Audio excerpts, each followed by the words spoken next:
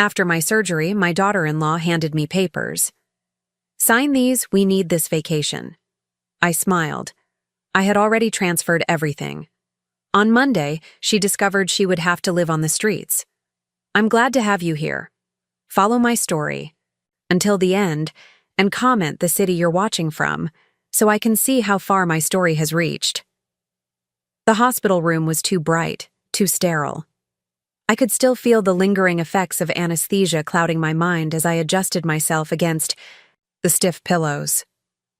3 days after open-heart surgery, and every movement sent dull waves of pain across my chest. "Mom, you have a visitor," the nurse announced cheerfully, stepping aside to reveal Amara standing in the doorway. My daughter-in-law's perfectly manicured nails clutched her designer purse as she plastered on that familiar smile, the one that never quite reached her eyes. In the 7 years since Keith had married her, I'd grown accustomed to that smile. Cold, calculating. "Velma, look at you, sitting up already." Amara's voice was honey-sweet as she glided into the room, expensive perfume drowning out the antiseptic smell. "We've all been so worried." I nodded weakly, watching as she placed a small bouquet of flowers on the side table, the cheapest arrangement.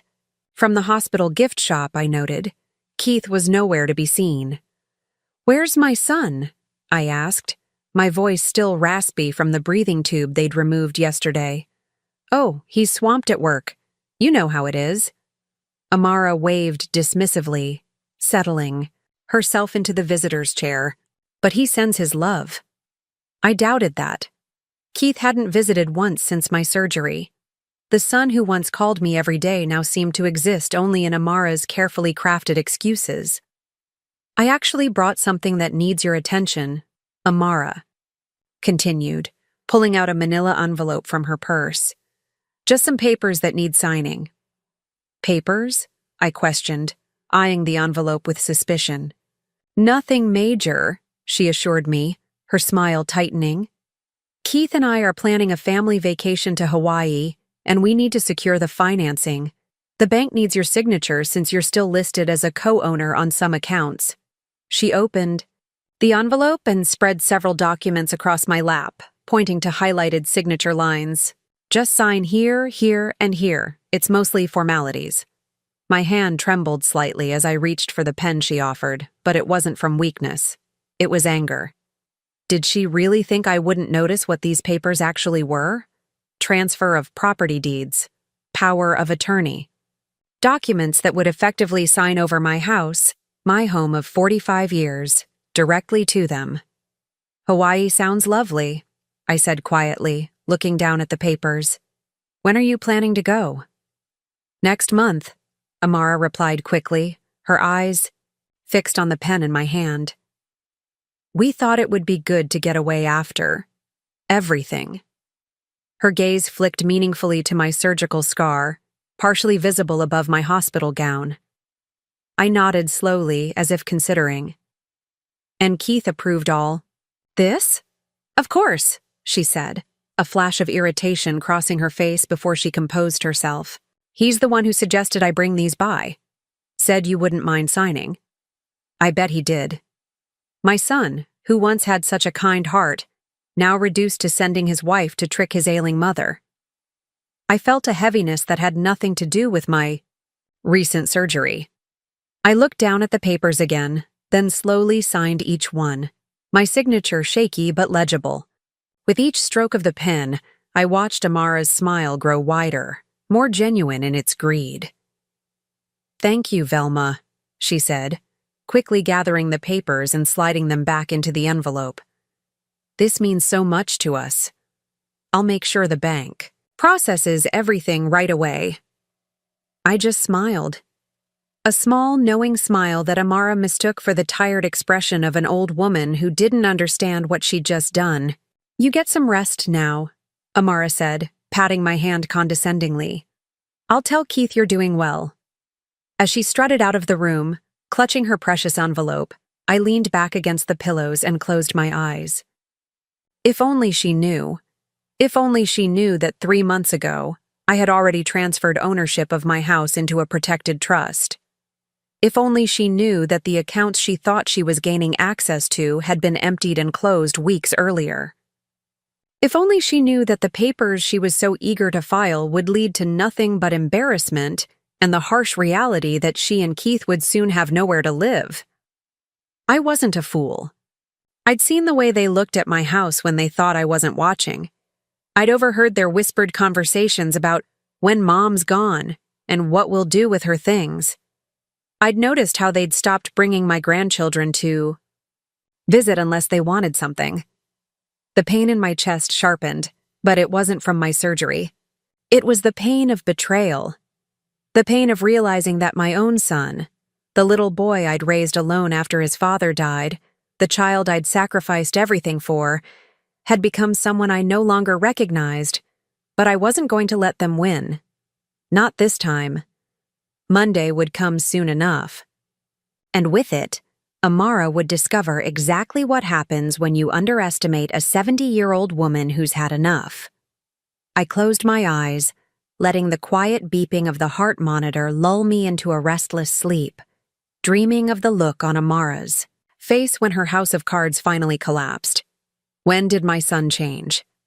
That question haunted me as I lay in the hospital bed, counting the hours until Monday when Amara would learn the truth. I couldn't pinpoint the exact moment Keith transformed from the caring boy I raised into a stranger who would send his wife to trick his own mother while recovering from heart surgery. I closed my eyes, drifting back through memories like turning pages of a worn photo album. Keith had been such a sweet child, always bringing me dandelions clutched in his small fist, his face beaming with pride, as if he'd found treasure. Those dandelions meant more to me than any expensive bouquet Amara could ever bring. Robert, my husband, died when Keith was only 8. A sudden heart attack, the same condition that had recently landed me in this hospital bed. Life has a cruel sense of irony. After Robert's death, it was just Keith and me against the world. I worked 2 jobs, receptionist during the day and waitressing at night, just to keep our modest house and put food on the table. "Mom, you don't have to work so hard," Keith had said one night when he was 15, finding me crying at the kitchen table over bills. "I can get a job after school." "Absolutely not," I'd insisted. "Your job is to study and get into college. That's what your father would have wanted." And Keith had done just that. He'd earned a scholarship to the state university, becoming the first in our family to graduate college. I'd worked extra shifts for months to buy him a decent suit for job interviews. The day he landed his first position at an accounting firm, I couldn't have been prouder. "This is just the beginning, Mom," he'd promised, hugging me tight. "Someday, I'll take care of you the way you've always taken care of me." For a few years, he did. Sunday dinners at my house, phone calls just to check in, help with yard work and home repairs. Keith was everything a mother could hope for in a son. Then he met Amara. I remember the first time he brought her home. Her critical eyes had scanned my modest living room, lingering on the worn furniture and outdated decor. I'd spent hours cleaning, cooking Keith's favorite pot roast, wanting to make a good impression. "Quaint," she'd said, the word dripping with condescension as she picked at her food. Keith didn't seem to notice. He was too enchanted by her beauty, her confidence, her ambition. And perhaps that's what attracted him. Amara knew exactly what she wanted and how to get it. After a lifetime of struggling, maybe Keith saw her as his ticket to the life he thought he deserved. They married quickly, a lavish ceremony I could barely afford to contribute to. Amara's parents paid for most of it, a fact she never let me forget. The wedding was all about appearances, expensive flower arrangements, gourmet food I couldn't pronounce, and a guest list full of people I'd never met. "Mom, could you wear something a little more modern?" Keith had asked a week before the wedding, clearly uncomfortable. "Amara thinks that dress you showed her looks a bit outdated." It was the first time I recognized that shadow crossing his face, embarrassment. My son was embarrassed by me. After the wedding, everything changed. Visits became less frequent. Phone calls shortened.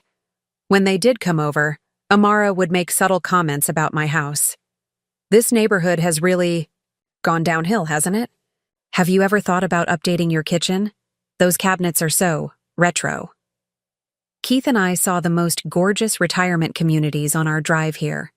Perfect for someone in your situation. Each comment was a tiny cut, barely noticeable at first. But they accumulated, leaving scars on my heart. Keith never defended me. Instead, he began echoing her sentiments, as if my home, the home where I'd raised him, where we'd built memories after his father died, was suddenly inadequate. 3. Years into their marriage, Keith and Amara hit financial troubles. They'd overextended themselves with a mortgage they couldn't afford, trying to keep up with friends in more prestigious neighborhoods. "It's just a temporary loan, Mom," Keith had assured me when they asked to borrow $30,000 from my modest savings. Money I'd set aside for potential medical expenses in my old age. "We'll pay you back with interest." I gave them the money. They never repaid a cent. Then came the grandchildren, twin boys who rarely visited. When they did, Amara hovered nervously, as if my modest home might somehow contaminate them. "Don't touch that, Hunter. We don't know when it was last cleaned," she'd say, loud enough for me to hear from the kitchen. The final change in Keith came last year, when I overheard a conversation not meant for my ears. I'd stepped outside to water my garden while they were visiting, and their voices drifted through the open window. "How much longer do you think she'll be able to live here alone?" Amara had asked. "I don't know," Keith replied. "Her health isn't great. Maybe another year or two. This house would sell for a good price, even with the outdated interior. We could finally upgrade to that neighborhood near the Mitchells. Mom would never sell. She's too attached to this place. She might not have a choice if her health declines. As her only son, you'd have power of attorney. We could make decisions in her best interest." There was a pause, a moment where the son I raised could have defended me, could have shut down this conversation about effectively taking my home. Instead, he said, "You're right. We should talk to a lawyer about our options." That night, after they left, I sat alone in my living room, surrounded by decades of memories, and cried for the first time since Robert's funeral. The betrayal cut deeper than any physical pain I'd ever experienced. The next day, I made an appointment with my own lawyer. Now, lying in this hospital bed, watching the sunset paint shadows across the sterile walls, I felt a strange mix of sadness and vindication. Monday was coming. And with it, the consequences of underestimating an old woman who had survived far worse than a scheming daughter-in-law. I closed my eyes, picturing Amara's face when she realized all her careful planning had been for nothing. It wasn't happiness, I felt at the thought, just a weary resolution that sometimes love means protecting yourself from the people who should have protected you. The doctor discharged me from the hospital on Sunday afternoon, a day earlier than expected. I insisted I could manage on my own, despite the concerned looks from the nursing staff. The truth was, I didn't want Keith or Amara driving me home. I couldn't bear to see the gleam in Amara's eyes as she walked through my house, mentally cataloging my possessions like items at an estate sale. Instead, I called Dorothy, my neighbor of 30 years, and one of the few people I still trusted completely. "Those ungrateful vultures," Dorothy muttered as she helped me settle into my living room recliner. "After everything you've done for that boy." I smiled weakly at her outrage. Dorothy had witnessed Keith's transformation firsthand over the years, watching from her porch as his visits became shorter and less frequent. "You're sure about tomorrow?" she asked, adjusting the pillows behind my back. "Absolutely," I replied. "Amara will discover everything when the bank opens at 9. I want to be comfortable in my own home when the storm hits." Dorothy nodded, understanding in her eyes. "I'll be right next door if you need me. Just call." After she left, I sat alone in the growing darkness, remembering the day I set my plan in motion. It had been 6 months ago, shortly after overhearing Keith and Amara's conversation about taking my house. The memory was still crystal clear. I'd waited until I was certain they wouldn't drop by unexpectedly. They never visited on Wednesdays, as it was Amara's spa day, and I'd called a taxi to take me downtown to Harriet Wilson's law office. Harriet and I had gone to high school together, though we'd lost touch until reconnecting at our 45th reunion. She'd built a successful legal practice specializing in elder law and had recently helped another friend with a similar situation. "Velma," she'd greeted me warmly, ushering me into her office. "What brings you here today?" I'd taken a deep breath and told her everything. Keith's transformation, Amara's thinly veiled contempt, the overheard conversation about taking my home. As I spoke, Harriet's expression had shifted from friendly concern to professional determination. "Unfortunately, I see this more often than you'd think," she'd said when I finished. "Children who feel entitled to their parents' assets, often encouraged by spouses who see only dollar signs. But there are ways to protect yourself." Over the next 3 hours, Harriet had outlined a comprehensive plan. First, we'd created an irrevocable trust for my house and transferred the deed into it, with me as the beneficiary for the remainder of my life. The trust had specific provisions that would prevent Keith or Amara from challenging it, even after my death.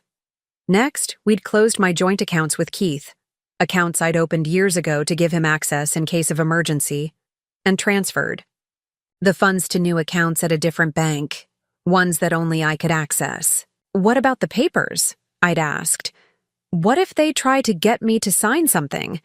Harriet had smiled, a knowing glint in her eye. "Let them try. Any document you sign transferring assets that are now in the trust would be legally invalid. The trust is already the legal owner, not you personally anymore." It had been oddly liberating, signing those papers and knowing my home was finally protected. For the first time in years, I felt like I was taking back control of my life. "One more thing," Harriet had added as we wrapped up. "You should prepare for their reaction. They won't take this well." I'd nodded, a strange calm settling over me. "I know. But I've spent my entire life protecting Keith. Maybe it's time I protected myself instead." In the months that followed, I'd maintained the illusion that nothing had changed. I still hosted the occasional family dinner, still listened to Amara's subtle digs about my outdated home, still endured Keith's increasingly transparent questions about my finances. "Have you thought about what you'll do with this big house in the future, Mom?" he'd asked during their last visit before my surgery. "I'm doing just fine here," I'd replied, watching disappointment flicker across his face. "But it must be so much work," Amara had chimed in. "Wouldn't it be easier to move somewhere smaller? We could help you look." I'd simply smiled and changed the subject, knowing they were growing impatient. Perhaps that's why they'd seen my heart. Surgery as the perfect opportunity, a vulnerable moment when I might not read what I was signing. Now, sitting in my living room as the sunset cast long shadows across the floor, I felt strangely peaceful. Tomorrow would bring chaos, but tonight I had the satisfaction of knowing I'd outmaneuvered them at their own game. My phone rang, interrupting my thoughts. Keith's name flashed on the screen. "Mom?" His voice sounded surprised when I answered. "You're home? Why didn't you call us to pick you up?" "Dorothy helped me," I replied simply. "You should have called. We would have been happy to drive you." I almost laughed at the false concern in his voice. "It's fine, Keith. I'm settled in now." "Well, Amara and I will stop by tomorrow morning to check on you," he said. "She has some paperwork to drop off at the bank anyway, so we'll be in the area." Of course they would. They wouldn't want to miss watching me struggle up the stairs, using it as further evidence that I couldn't manage on my own anymore. "That would be lovely," I lied. "I'll see you both tomorrow." As I hung up, I couldn't help but smile. They had no idea what awaited them in the morning. Amara would go to the bank, expecting to file those papers I'd signed, only to discover that there was nothing to transfer, nothing to claim, nothing to steal. I made myself a cup of tea and settled deeper into my recliner, mentally preparing for tomorrow's confrontation. For the first time in years, I felt not like a victim, but like a woman who had finally reclaimed her power. The house was quiet, except for the ticking of the grandfather clock that had belonged to Robert. I imagined him watching over me, perhaps, with a smile of approval. He'd always told me I was stronger than I gave myself credit for. Tomorrow, everyone would find out just how right he had been. Monday morning arrived with golden sunlight streaming through my kitchen windows. Despite the lingering pain from my surgery, I'd risen early, determined to face the day on my own terms. I'd made myself a light breakfast, taken my medication, and settled in my favorite armchair in the living room with a book I'd been meaning to read for months. The grandfather clock in the hallway had just chimed 9 when I heard a car door slam outside, right on schedule. I took a deep breath, mentally bracing myself for what was about to unfold. The doorbell rang, followed immediately by the sound of a key in the lock. They didn't even wait for me to answer. "Mom?" Keith called out, his voice echoing through the entryway. "Where are you?" "In the living room," I replied calmly, not bothering to get up. Keith appeared in the doorway, looking immaculate in his business suit. Amara trailed behind him, dressed as if she were heading to a fashion show rather than visiting her mother-in-law. Her face wore that practiced smile I'd grown to despise. "How are you feeling?" Keith asked, bending down to kiss my cheek. The gesture felt hollow, performative. "As well as can be expected after open heart surgery," I replied. "You really should have called us to bring you home," Amara said, setting her designer purse on the coffee table. "Keith was quite upset when he found out you'd been discharged. I highly doubted that." Dorothy was happy to help. Keith glanced at his watch. "Listen, Mom, Amara needs to run to the bank to file those papers you signed. I thought I'd stay here and help you out for a bit." How convenient. He would keep me distracted while Amara handled the paperwork. I wondered if they'd already started planning how to redecorate my home. "That's fine," I said. "Amara, there's fresh coffee in the kitchen if you'd like some before you go." Amara's smile tightened. "Actually, I should get to the bank before it gets busy. I won't be long." She gave Keith a meaningful look before heading out. I heard the front door close behind her, and then it was just Keith and me. "Can I get you anything, Mom?" he asked, hovering awkwardly. "Tea? More pillows?"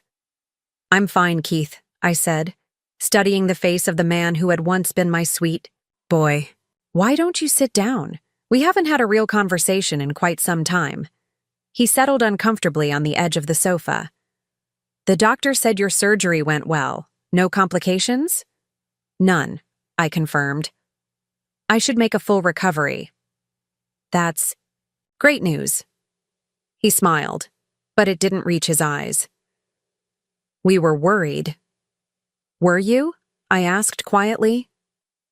Keith shifted, clearly caught off guard by my direct question. "Of course we were. You're my mother." I let the silence stretch between us, watching him grow increasingly uncomfortable. In the past, I would have rushed to fill the void, to make things easier for him. Not today. "So," he finally said, "have you thought about what we discussed before? Your surgery? About possibly downsizing? This house is a lot for you to manage." And there it was. Not even 15 minutes after arriving, and he was already circling back to their plan. "Actually," I began, but was interrupted by the sound of the front door flying open. Amara stormed into the living room, her face flushed with anger. "What did you do?" she demanded, glaring at me. Keith stood up, confused. "Amara, what's wrong?" "Ask your mother," she spat, throwing her purse onto the sofa. "Go ahead, Velma. Tell him what the bank just told me." I set my book aside and met her furious gaze calmly. "I assume they informed you that the house is no longer in my name." Keith's expression shifted from confusion to alarm. "What? What does that mean?" "It means," I explained, keeping my voice steady, That 6 months ago, I transferred ownership of this house into an irrevocable trust. The papers Amara had me sign in the hospital are worthless. You tricked us? Amara's voice rose to a near shriek. No, Amara. You tried to trick me. I merely protected myself. Keith's face had gone pale. Mom, what are you talking about? Those papers were for our vacation. I looked at my son, sadness mingling with my resolve. Keith, please don't insult my intelligence. Those papers would have transferred my house to you and Amara. I'm recovering from surgery, not suffering from dementia. This is ridiculous, Amara hissed. You can't just... I can, and I did. I cut her off. And that's not all. The joint accounts you had access to have been closed. Everything has been moved to new accounts that only I can access.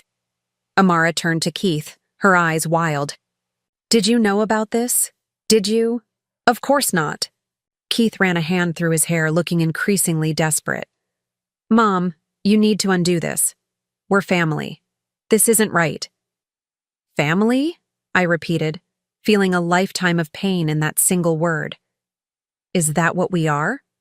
Because from where I'm sitting, it looks more like you and Amara have been waiting for the right moment to take everything I've worked for.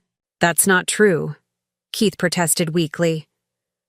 I heard you, I said quietly.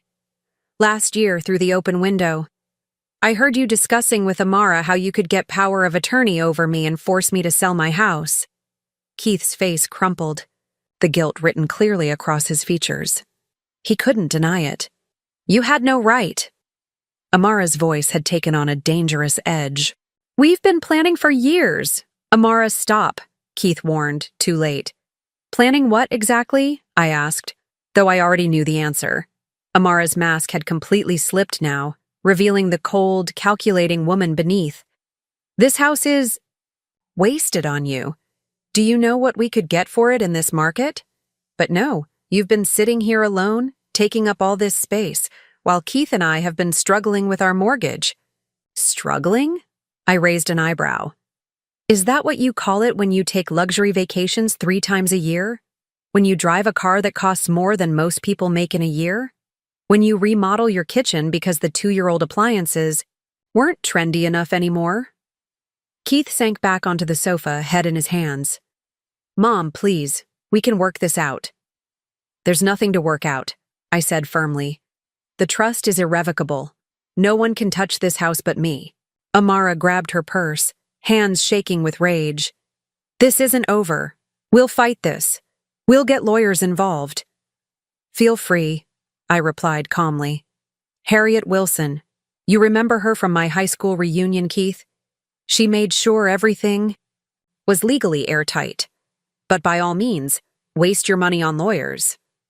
You'll regret this, Amara threatened, moving toward the door. Keith, we're leaving. Keith hesitated, torn between his wife's fury and the realization of what they'd been caught trying to do. Keith! Amara snapped. He stood slowly, looking at me with a mixture of shame and anger. We just wanted to help you, Mom. You're twisting everything. The disappointment I felt was bone deep.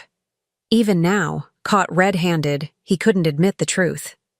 I think you should go, I said quietly.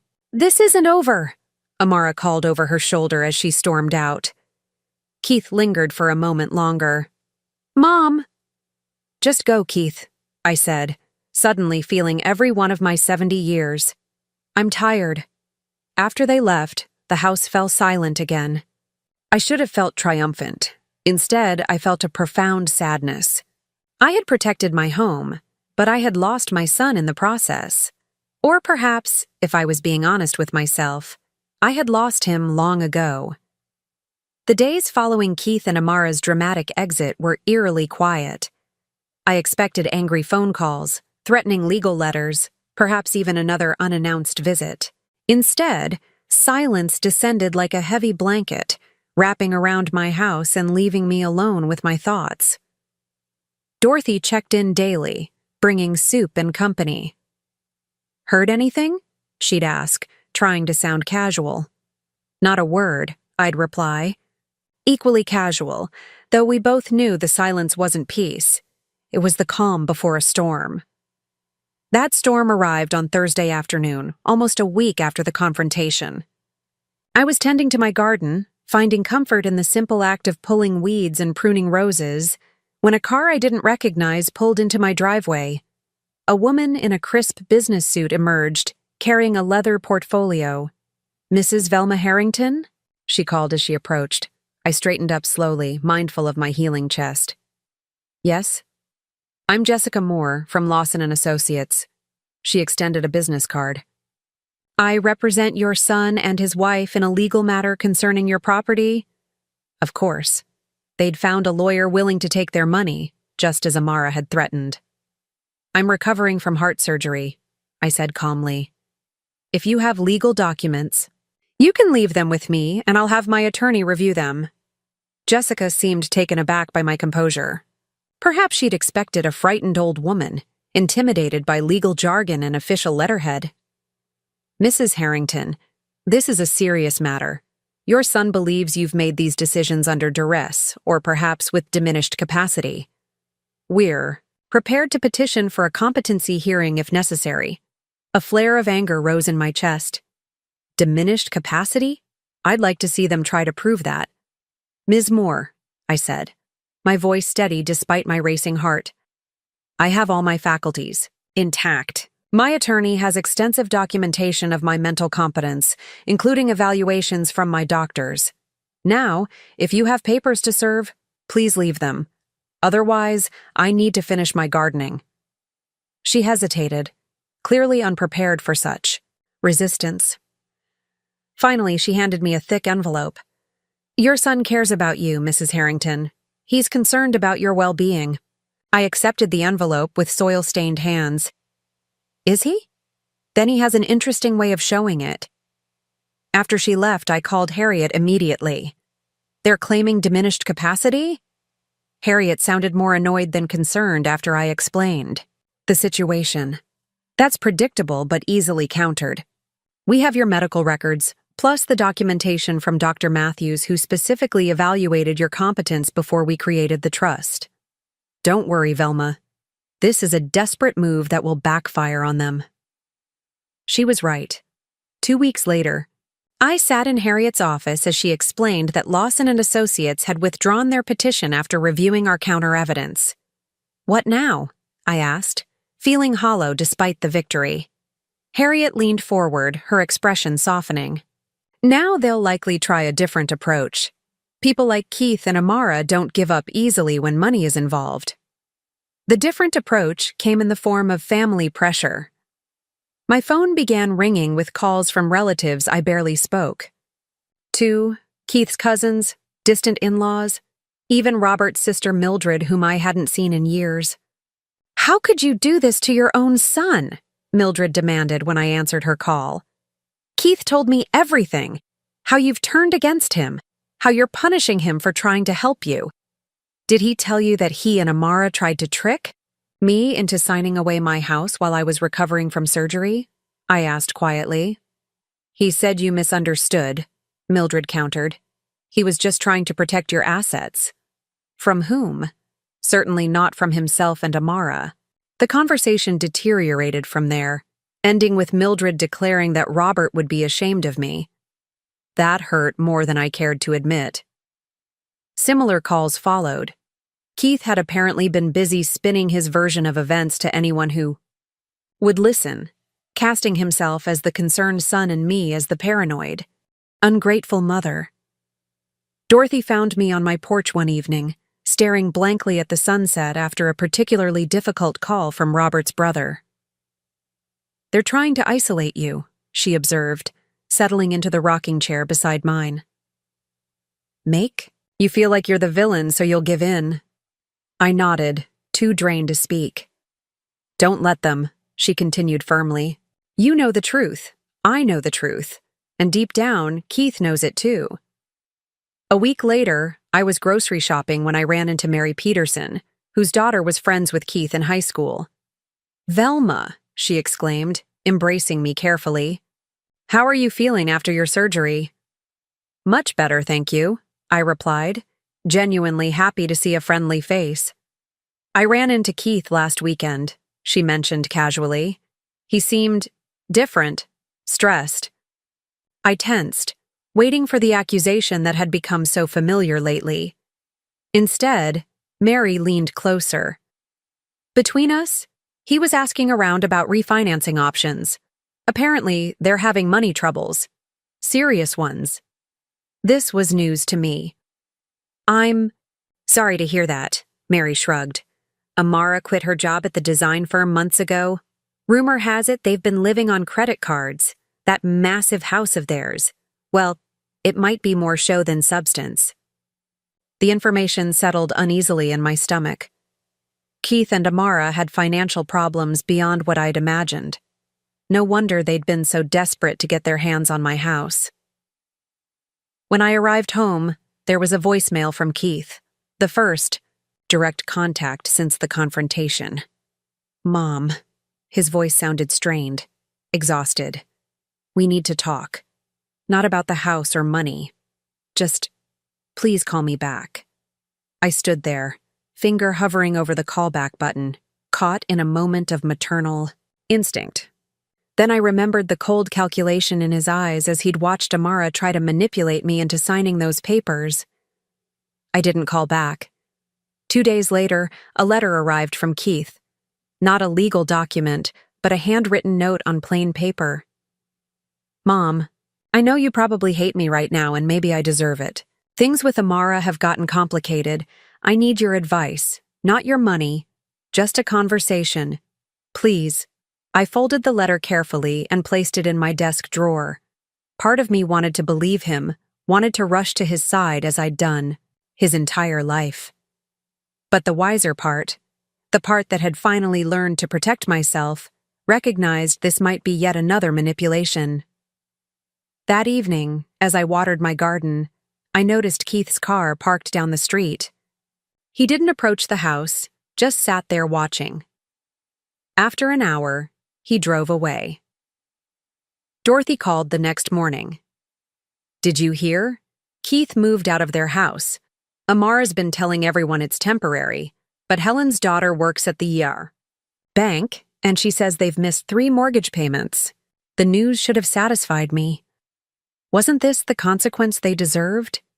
Yet all I felt was a deep, aching sadness for the little boy who once brought me dandelions, now a man who had lost his way so completely.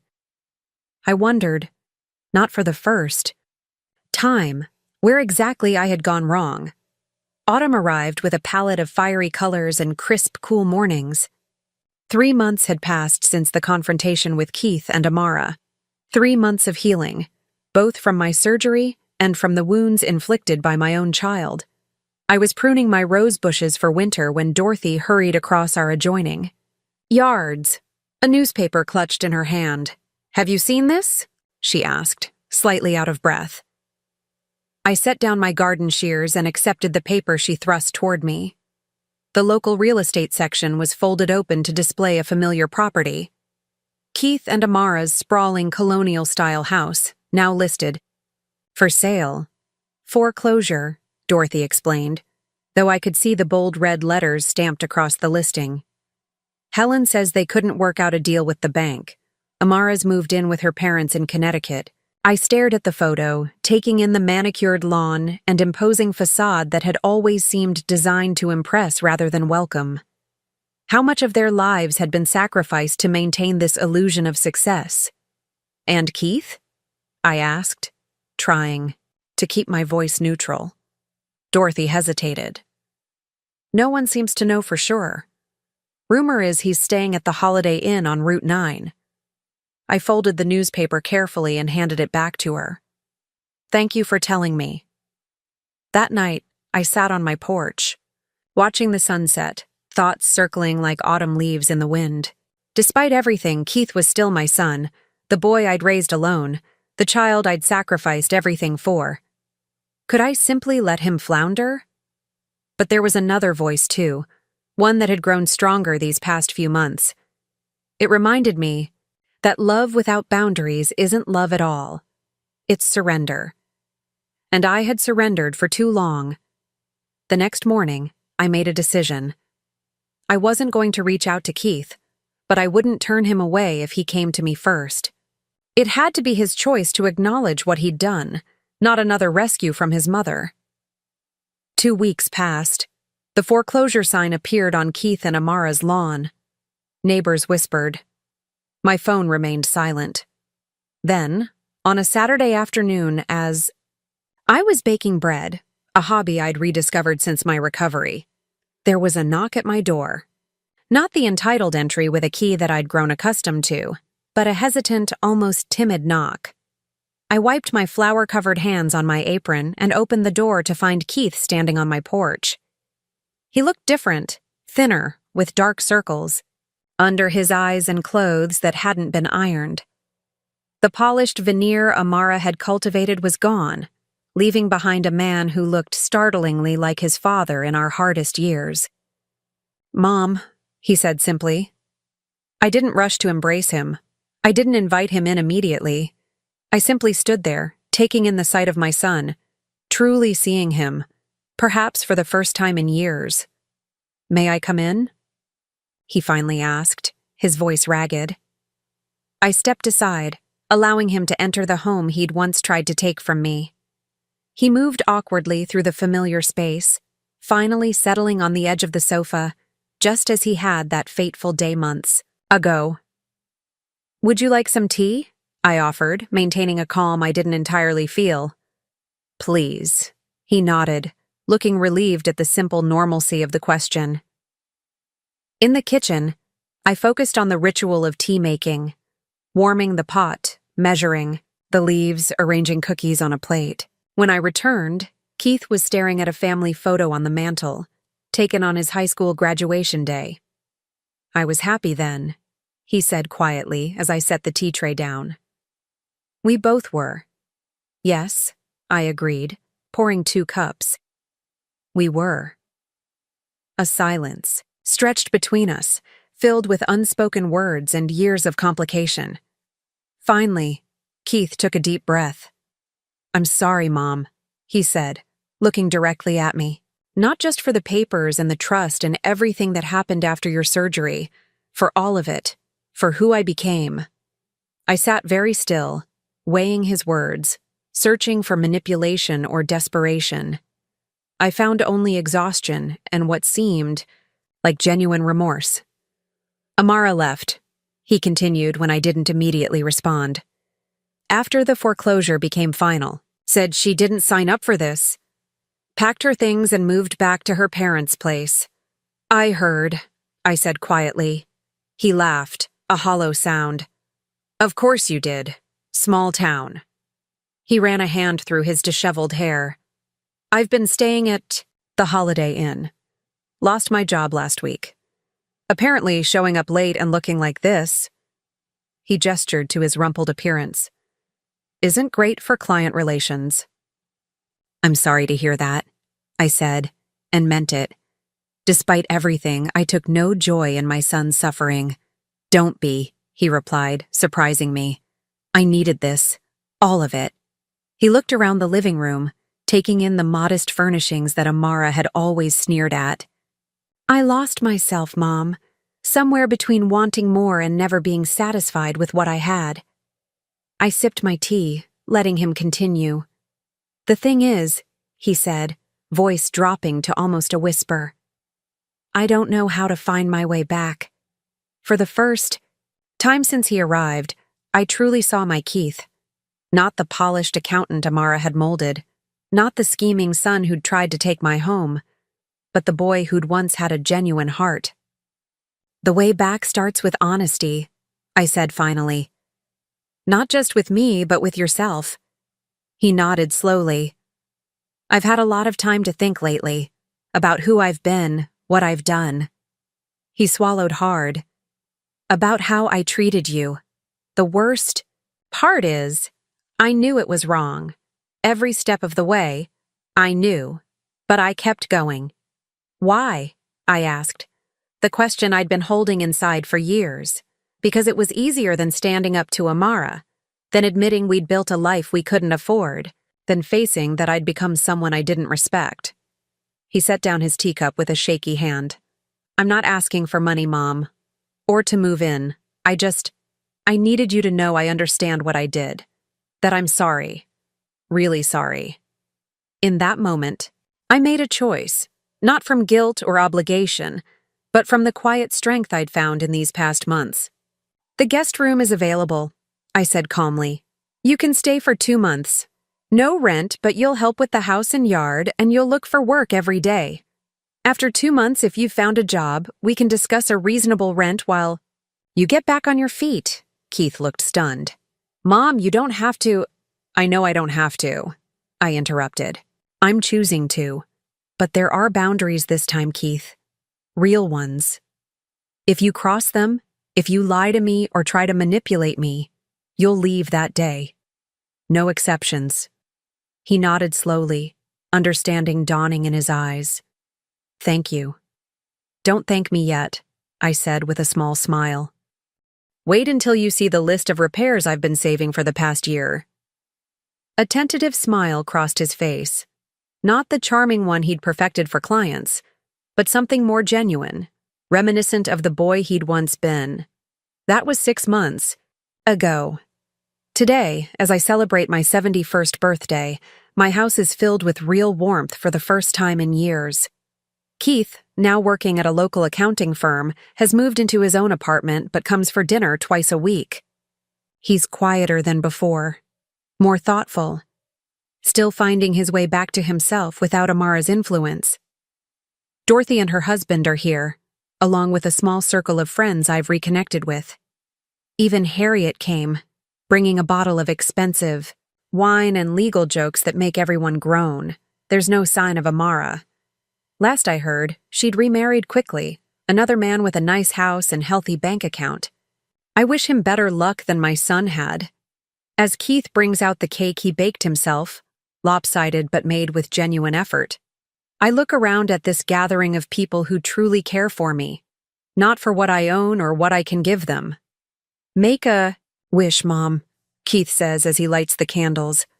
I close my eyes, but I don't wish for anything. Everything I need is already here. A home that is truly mine. A son who is finding his way back to honesty. And the quiet strength I discovered in myself when I finally stood my ground. Some lessons come late in life. But as I open my eyes to the smiling faces around me, I know they're no less valuable for their timing. Now I'm curious about you who listened to my story. What would you do if you were in my place? Have you ever been through something similar? Comment below, and meanwhile, I'm leaving on the final screen 2 other stories that are channel favorites, and they will definitely surprise you. Thank you for watching until here.